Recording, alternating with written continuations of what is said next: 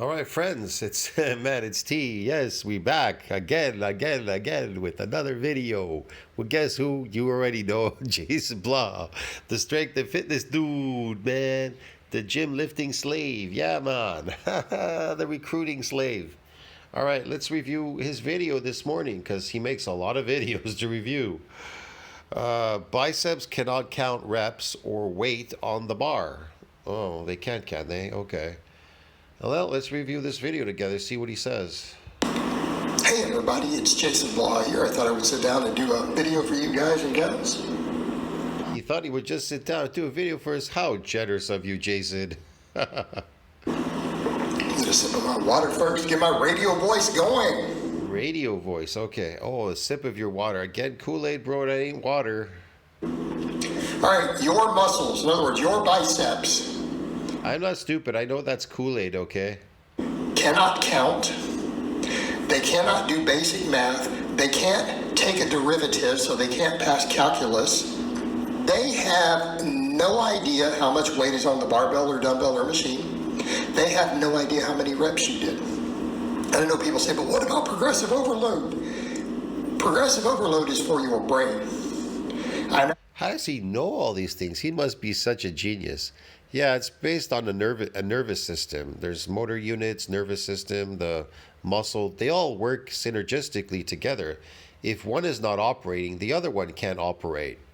So a disease can make you dysfunctional. I don't know, if you have a problem with your nervous system, it can definitely make you weak or dysfunctional.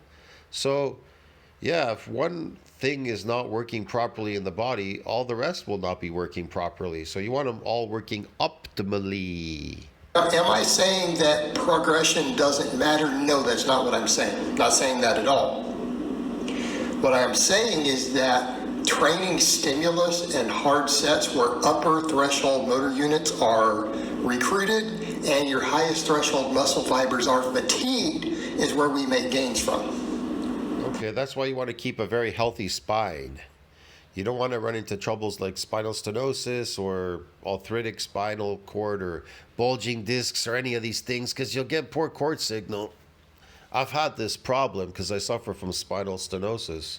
I've been in an MRI like 4 times. So yeah, I can tell you it's very debilitating. Yes. Not as bad as it was in the beginning. Yeah, I don't know. What could I ever cure it? I don't know, man. Who the hell knows? I don't think so. Now, So you're looking for a height adjustment. why does that matter for progressive overload? Because you'll stop making gains if you don't challenge the muscles. And it really is that simple. You'll stop making gains if you challenge the muscles. Well, let's just put it this way. If you're not getting damaged, if the muscles are not getting damaged anymore, then there's definitely going to be a zero growth there. Yeah, there's going to be a zero. When this comes up, That I wouldn't say challenge the muscle. I would say a new adaptation. You need to get a new adaptation. Once the very first time you lift that weight, you get an adaptation. It rapidly adapts, and then there's no more adaptations there lifting in the gym. So you need to find a new adaptation. I get this because I have clients. Or you could do what I do. An overworking of an untrained muscle is simply going through repair and remodeling at that time, and you really get a lot of damage doing that. Believe me, you're gonna feel it. It's gonna last like a week or whatever. So I'm able to bring back this damage often, but it too is based on eating as well. Eating is an adaptation process as well. So yeah. Who say, well, coach, I'm noticing on these, should I try to push my reps harder on this accessory movement? And I'm like, I told you to go to 1 rep in reserve, or I told you to go to 0 reps in reserve. That's what's on your training thing. What do you mean? They're like, well, I haven't really done more than 10 reps. And I'm like, that's not what I have written. Want to know the funny part? I know people in the gym that actually train for 2-3 hours. Like you could literally just do a back session, and it could take you a long time to finish that back section. Well, because you may want to do your abs and your neck at the same time, right? You're always going to do your abs, you know. You're still in the gym. That takes quite a while too. And all the parts in the back, you're hitting all these different machines. I've known people that take quite a long time in the gym because they have to rest between sets, this and that. It takes quite a while. So think about it. You're just doing your back area for 3 hours or 2 hours or whatever, your 2 hour workout, 3 hour workout. Okay. You worked out for 3 hours. How long are you eating for? What? You're going to eat for what? 20 minutes? Are you crazy? You need to eat the same amount of time that you were working out in the gym, 3 hours. If you want to see growth. It's not about the progress that you make there. It's about, are we doing hard enough sets? It's like this. The more you do, the more damage you get in that session. You get an adaptation, more damage you get. So you worked out for 3 hours, you got a lot of damage. Okay. Now you want to grow. So you need to eat for 3 hours to grow. Yeah. Okay. You don't want to grow that much. You don't want that much damage. Okay, work out maybe 1 hour and fuck off. And guess what? Go eat for 1 hour and see what you get in growth.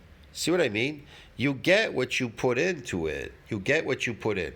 You don't put in, you don't get. You put in, you get. It's really simple. If you're gaining muscle and you are training hard, you will gain reps no matter what, or you will be able to put more weight on the bar for the same reps. That is what is going to happen. Here's another thing. It's really easy to overuse the arms.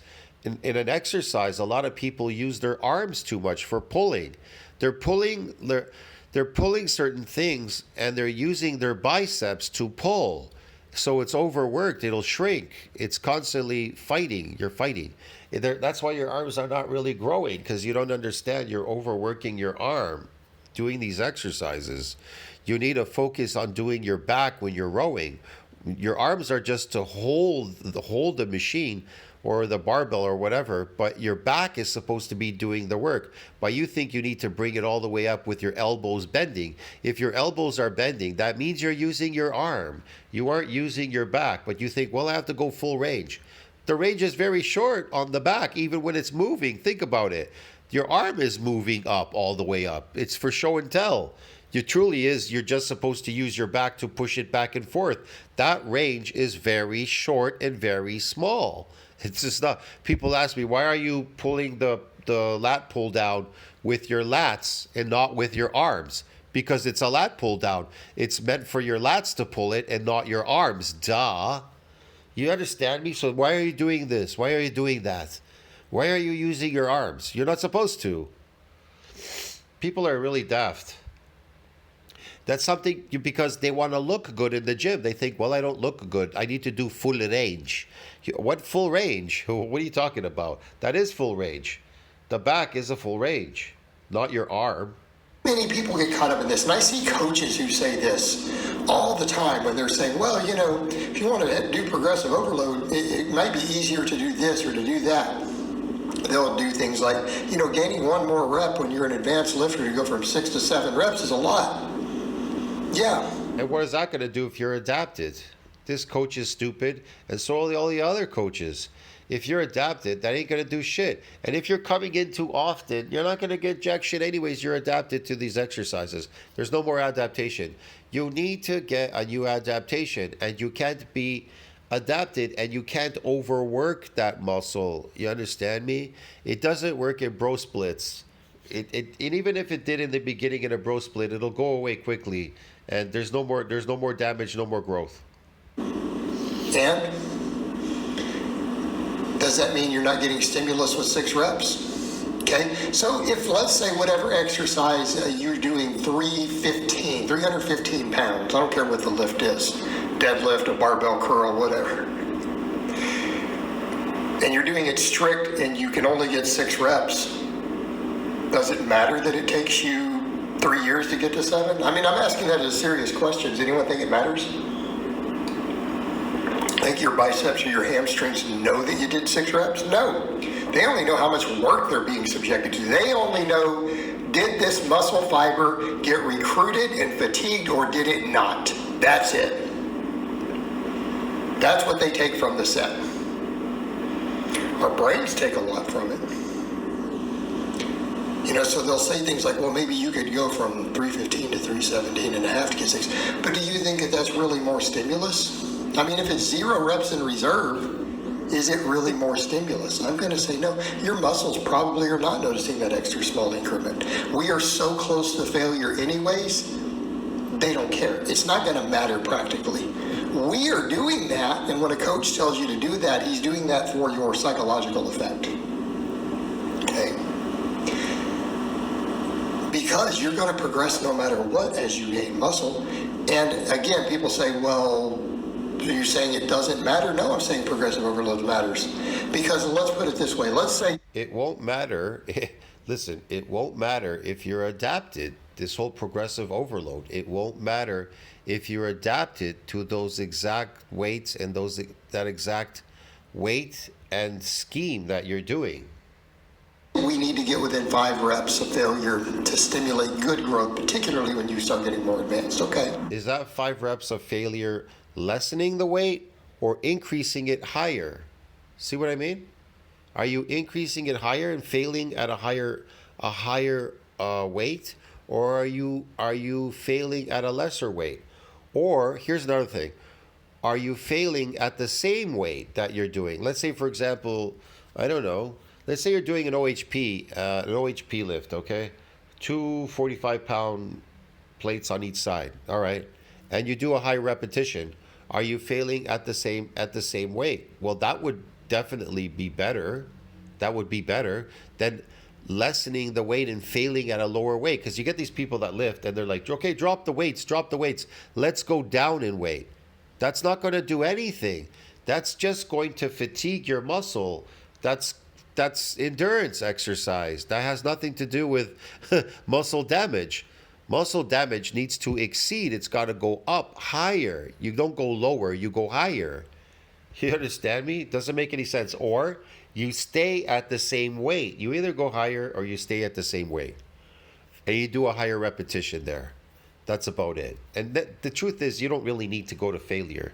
You just need to reach a certain point where you know it's going to fail or something, and then you just stop. That would be sufficient. The higher the rep at a heavier weight, the more likely you're able to pull out an adaptation, because the muscle fiber has to give at some point. You're waiting for the muscle to give, to damage at that point. Yeah, that's the point. And let's say you're doing 3 sets of 10 and you gain so much.